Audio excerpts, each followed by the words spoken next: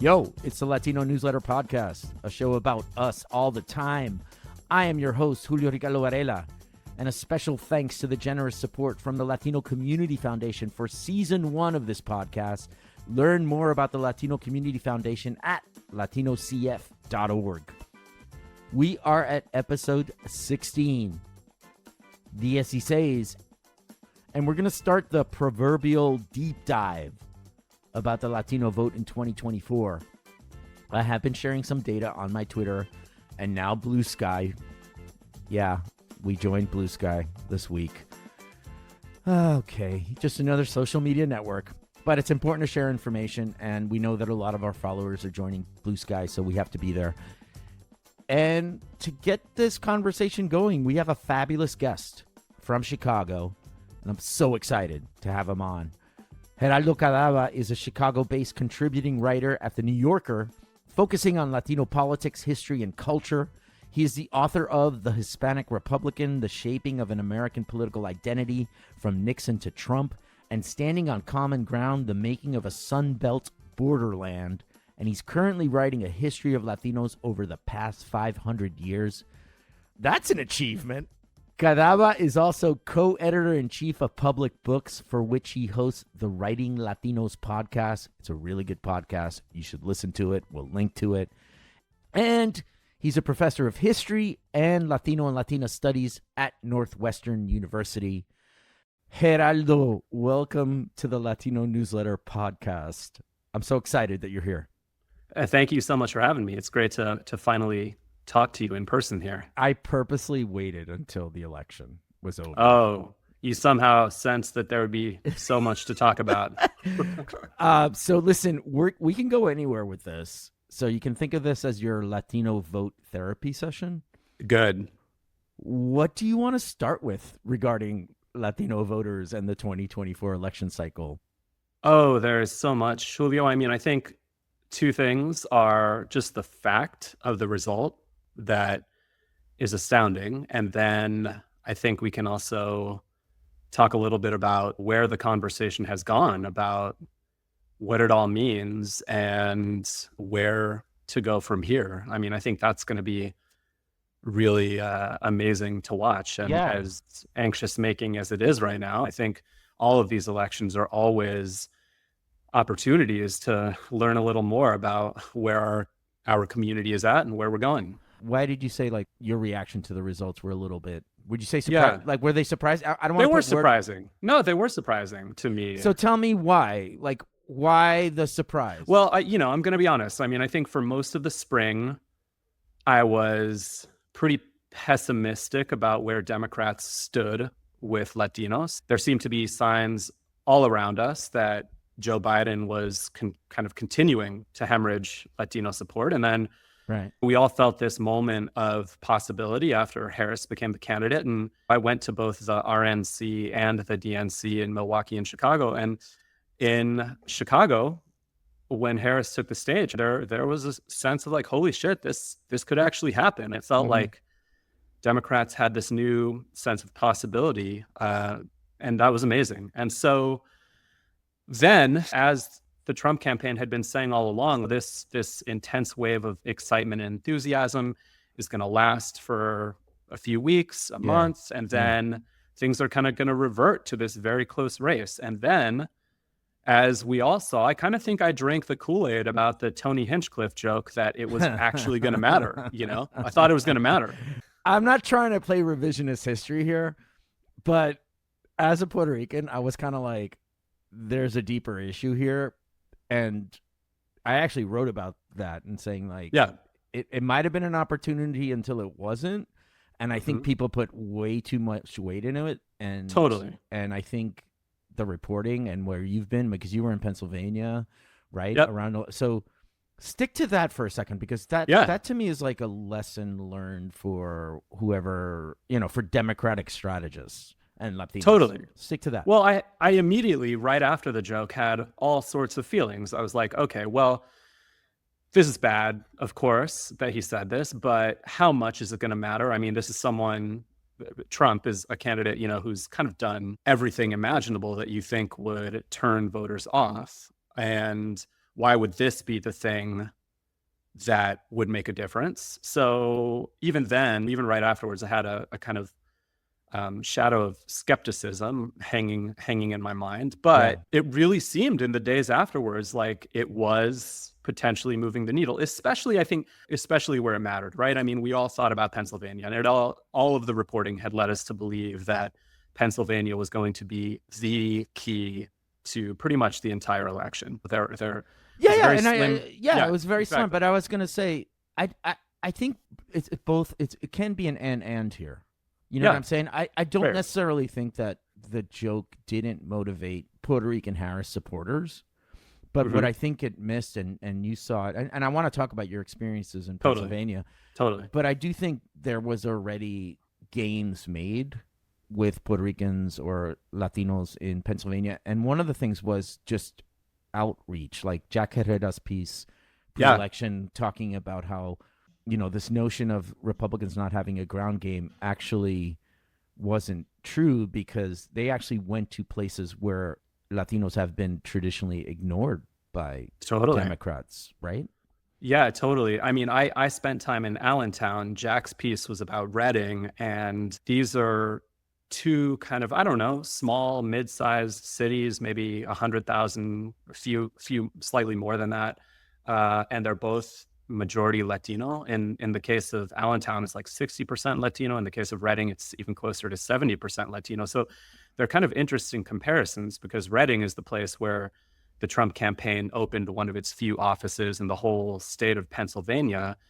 They had much less of a presence in Allentown. So even just 1 hour away from one another, these two towns are kind of like studies in contrast in these two different approaches. It's interesting. So what do you think? You know, we're still talking about the surprise. Totally.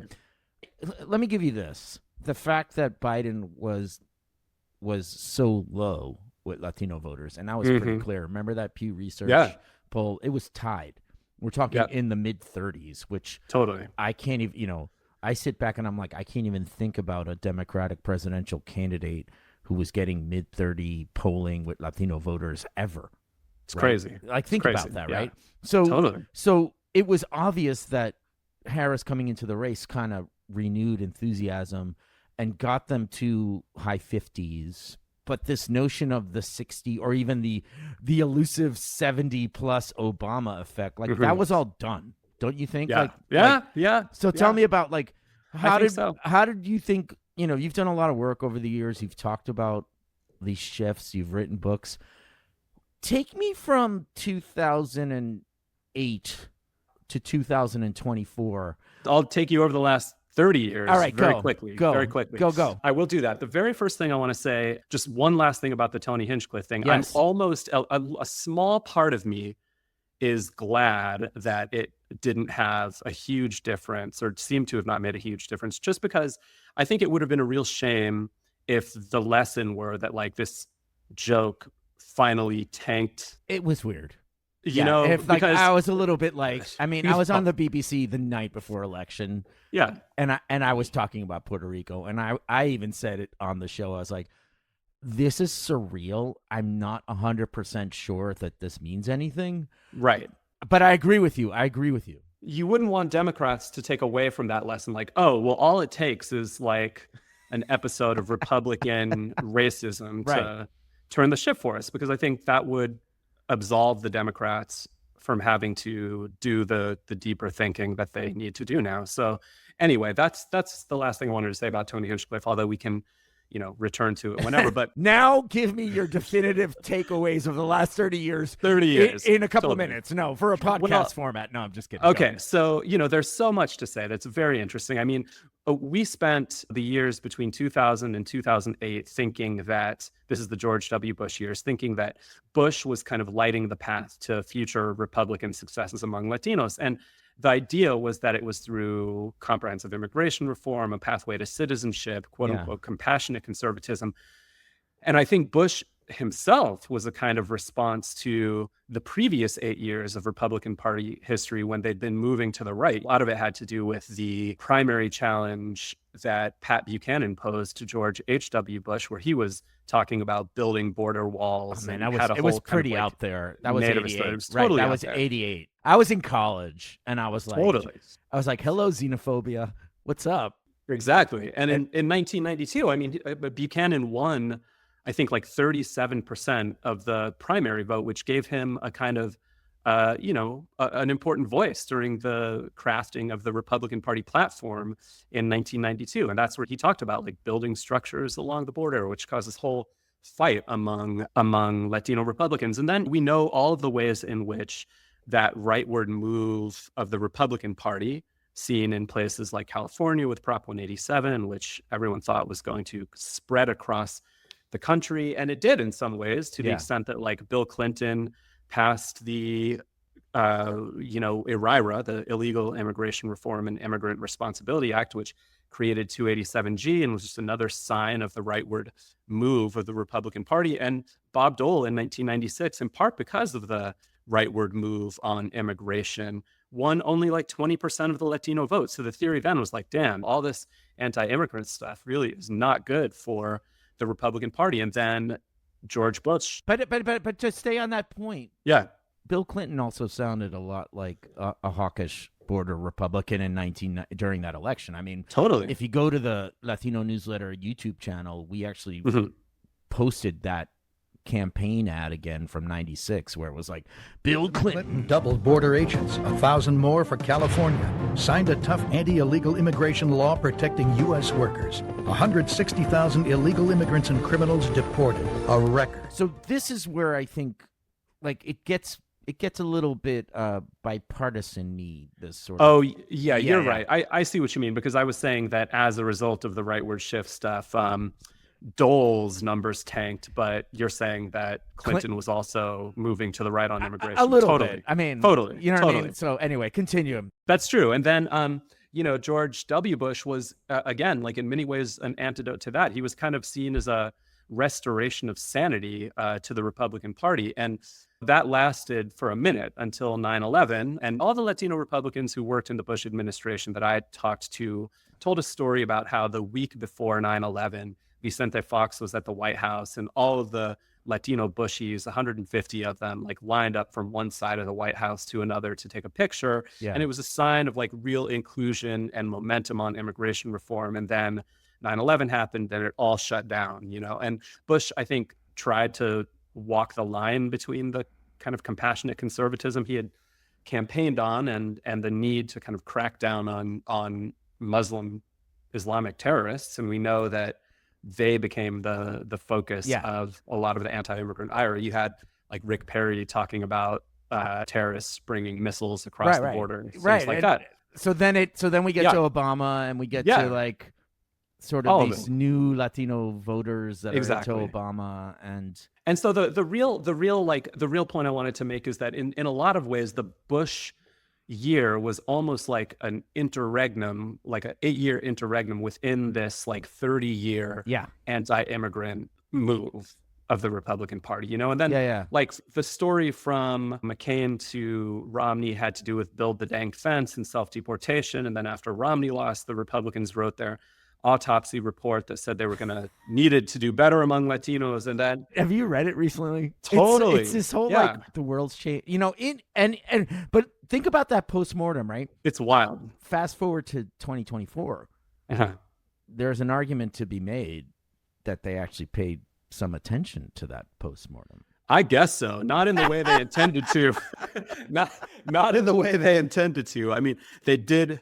The prescription in the 2012 or 2013 postmortem report was not to bring in more Latinos and other non-white voters by doubling down on like nativism and anti-immigration movement. It was about becoming more inclusive. I guess you're right. They did become more inclusive, but not in the way they expected. Well, I'm not going back to the Trump 16 or the 2020. Everyone knows there were signs. There were always signs.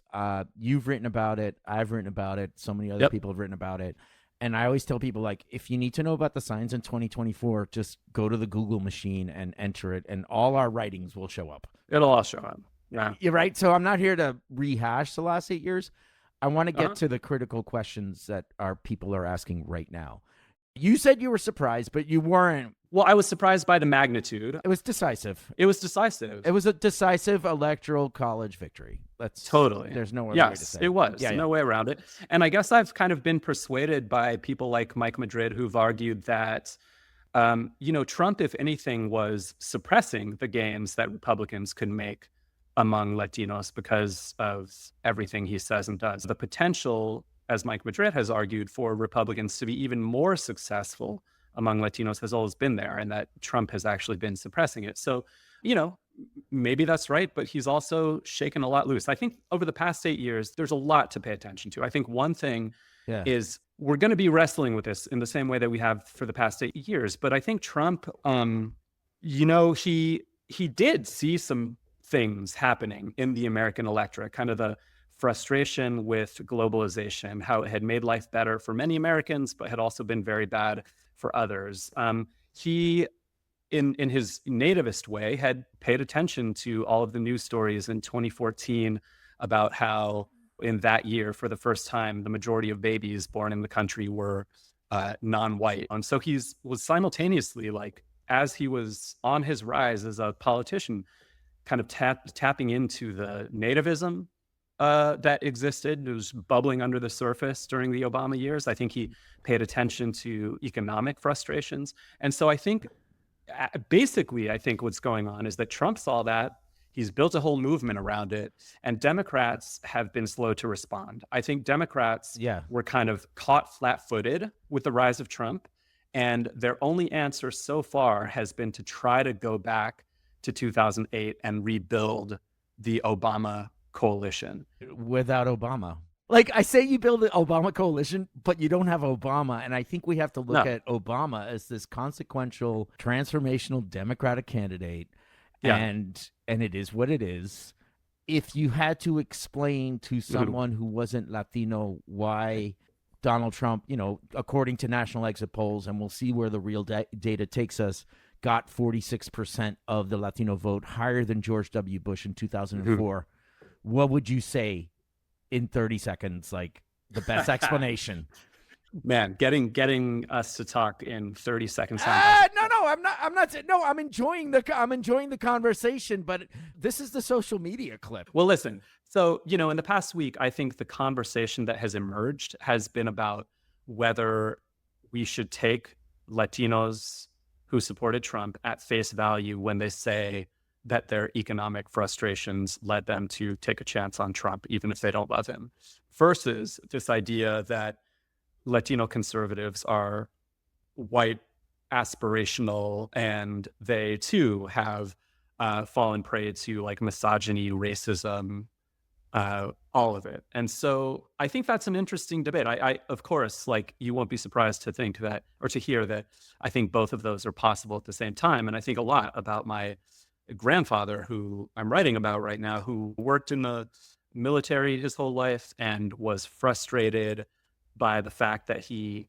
was passed over time and again for promotions. And then after he retired from the military, he worked in copper mines and as a dishwasher, and he claims to have experienced a lot of discrimination, but that did not stop him from voting for Republicans because he thought that Republicans were going to put more money back into his paycheck in the form of tax cuts. And I don't think that makes him racist. I think that he acknowledged racism. And I think that, just factually, as a matter of fact, he wasn't wealthy. He was very much, I'm reading all of his old military records right now, and he refers to himself as a blue collar worker for his entire life. And he was at least 2 shades darker than I was. And so I just don't fully buy as a complete explanation the idea that Latinos were motivated by wanting to be white or by anti-Black racism to vote for Republicans, to kind of cast their lot with Republicans as a way of. But the thing is, this to stick to this, and here's the here's the problem with the context and the history. Now this is sort of a topic that is now being presented as something new, whereas I as a journalist have been covering this for 20 years, and I'm kind of like, all right, we can have this conversation. I totally want to have this I want to continue it. There's a lot of things that are happening. But the other part of it is sort of the misperception of what people look at the Latino electorate to be in 2024, where we know it's it's more English dominant, it's less foreign born, it's more quote unquote, lack of a better word, assimilated. So it's more like an American mainstream voter. And that's why I've always said, you got to look at us like swing states or else you'll never get us. And to be honest with you, that's what the Trump campaign did. Yeah, they just needed to neutralize certain pockets of the country, and they got their 46%.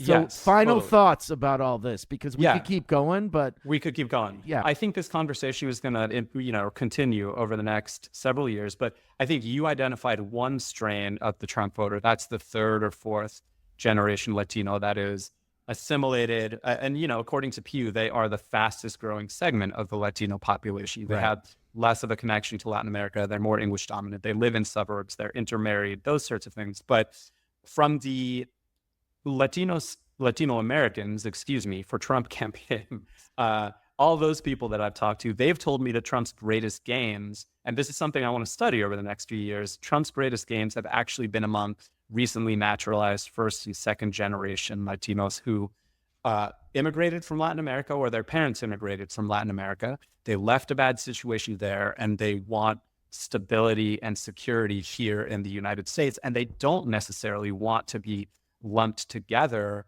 as part of an American minority group called Latinos. They're kind of out doing their own thing, trying to make things better for themselves and their family. And so I think you have these two vectors of Latino support for Trump. One is these more assimilated Latinos, but others are these more recently naturalized folks who, they didn't grow up in the United States in the 1960s or 70s in the height of the civil rights movement, where American minority groups as voting blocks were conceived. And so it's kind of silly to me to think that those people would come and start behaving like American Latinos. They have a different agenda. And I think that Trump was also able to tap into those folks. And so I think both of those things are going on at the same time.